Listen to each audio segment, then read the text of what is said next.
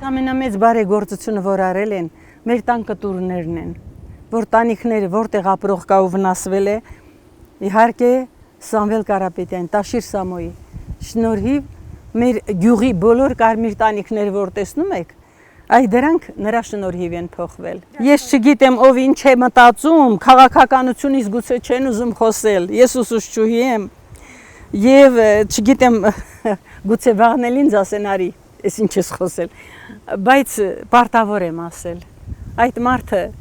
իր միջոցներով եւ տանիքները փոխեց։ Մերը նույնիսկ փայտեր են ավելացրել, մի քիչ բարձրացրել, ինչ որ հարմար սարքել էլի, այս դեմինը։ Չուզեցին ոնց որ քանդեն թողնեն,